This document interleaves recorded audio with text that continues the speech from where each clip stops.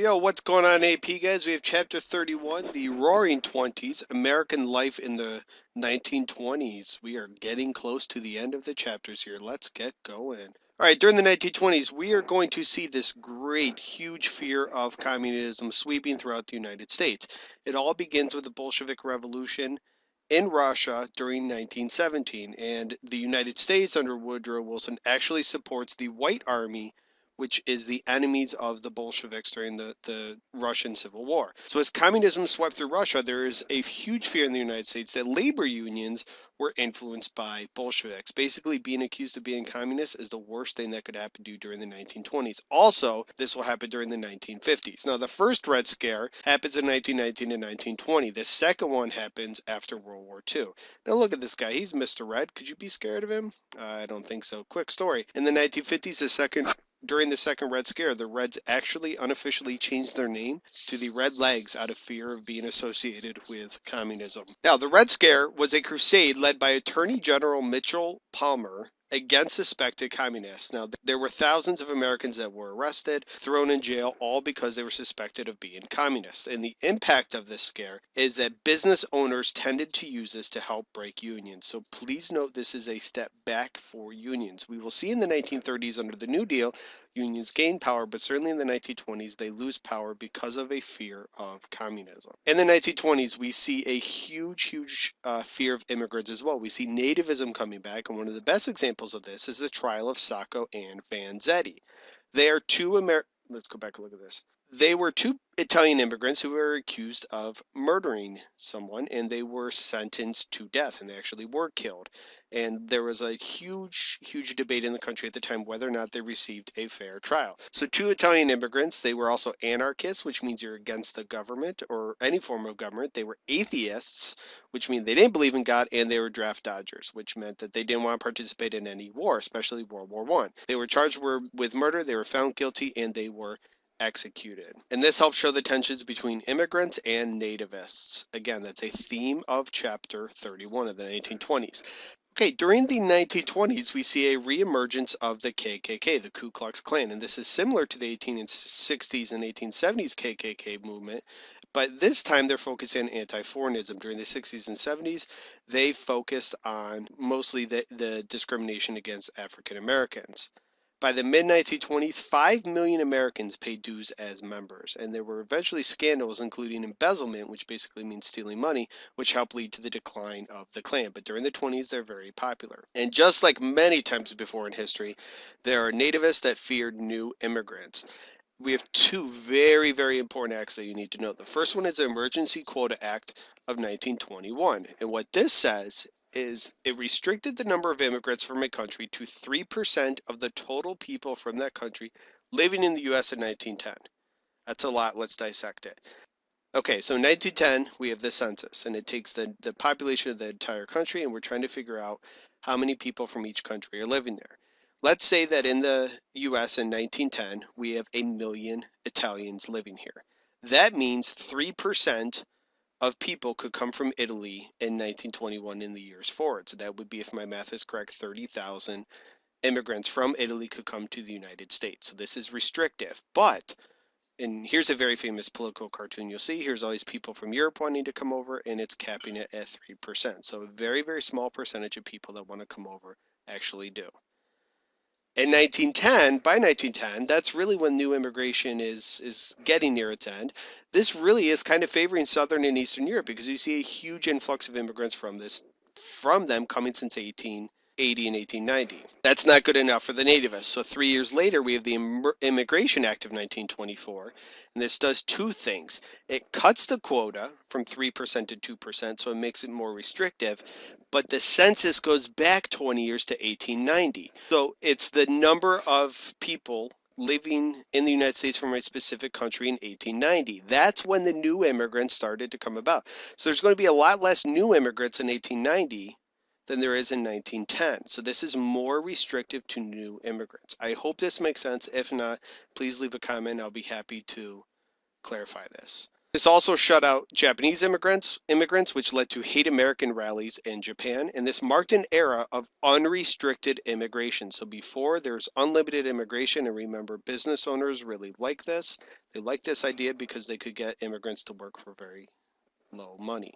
During the 1920s, we have something called the Prohibition Experiment. This is popular in the South and the West, and Southerners favored Prohibition because they wanted to keep alcohol away from blacks. Westerners hated this idea of the saloon where there would be crime, there would be problems with Prohibition. We have people like to drink. There was very weak enforcement, and many people were hostile to the law. And remember, this is the 18th Amendment. And many government officials were bribed, so it was really a disaster from start to finish. And we have an increase in organized crime, especially what becomes the mafia. And somebody who is very famous is Al Capone during this time. And they make lots of money by selling alcohol. Positives of prohibition, we actually see more money being saved because people are spending less on alcohol, and also absenteeism in work industries decreased as well. Okay, gangsterism during the 1920s, there was a huge demand for illegal alcohol.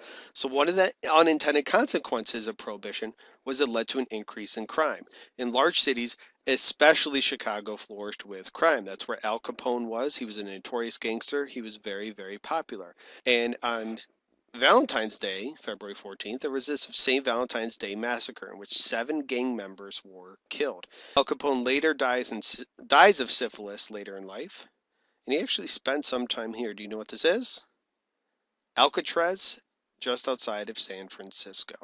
And eventually, organized crime spreads to other activities such as prostitution, gambling, and narcotics as well. Okay, a new theme we're going to talk about here is religion in the 1920s. But before we do, let's talk about a guy by the name of John Dewey. He was huge into education. John Dewey and Horace Mann, back from the Second Great Awakening time period, you should be very familiar with when it comes to education. He was a professor at Columbia, John Dewey, and he encouraged learning by doing and education for life. Now, we have Christian fundamentalists, where those that interpreted the Bible literally and believed that everything the Bible says should be taken for its word.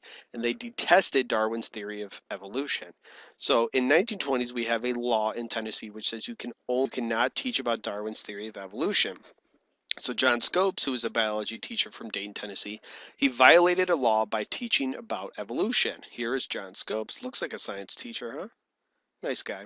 So this leads to a trial that gains national attention, and the prosecutor is William Jennings Bryan, the guy from the 3 different presidential elections that lost, the populist leader. And the defense attorney was Clarence Darrow.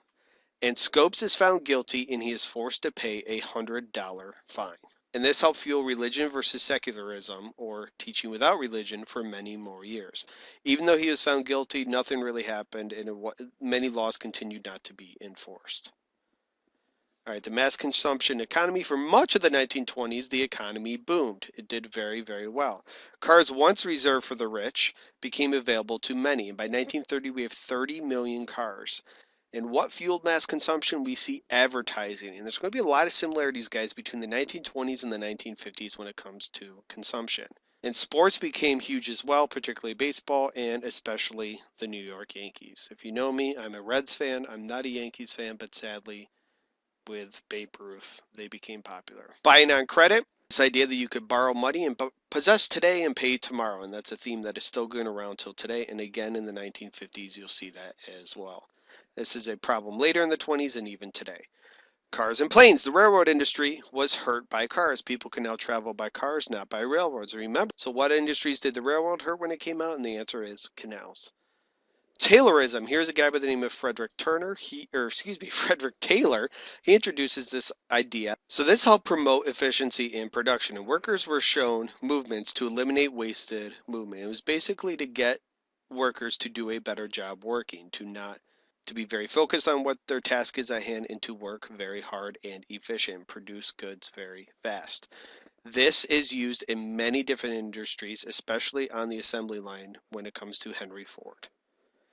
On December 17th, 1903, 12 seconds and 120 feet that changed life forever, we have the Wright brothers. Then shortly after, in the 1920s, we have Charles Lindbergh, and he is flying this plane called the Spirit of St. Louis. And he is the first person to fly solo without a radio from America to Europe. And he becomes an overnight sensation. He is huge. He is basically a rock star, a sports star on steroids.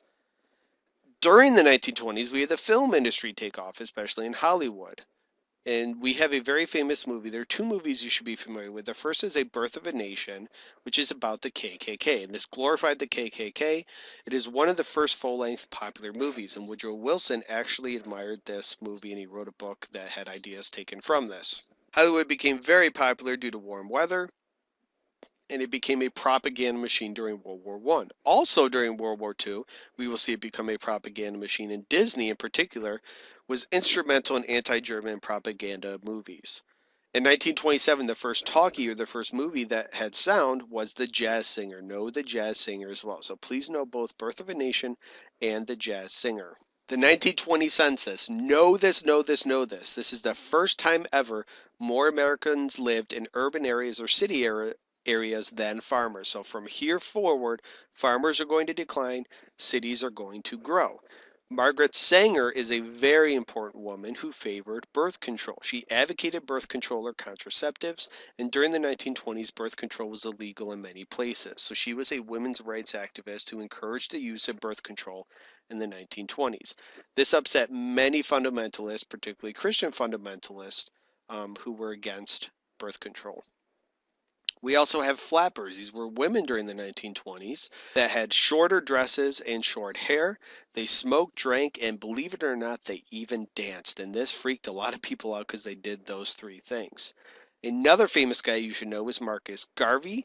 He was an African American that was the leader of the United Negro Improvement Association, and he believed that African Americans should resettle back into their own African homeland. So if you think back to prior to the Civil War, what was the name of that organization that promoted the settlement of former slaves in Africa? Henry Clay was the president of this. Lincoln shared this idea, this belief for a while too. It was the American Colonization Society. So that society and Marcus Garvey shared a similar belief that African Americans should move back to Africa. We'll finish up with this slide. During the 1920s, the stock market was soaring. People are making lots and lots of money. That is called a bull market when the stock market is doing well. When it is not doing well, it is called a bear market. And it later crashes in 1929, beginning a bear market. Now, when we get to that, it's going to be the same idea of every other panic, and that's over-speculation. In this case, it's on the stock market.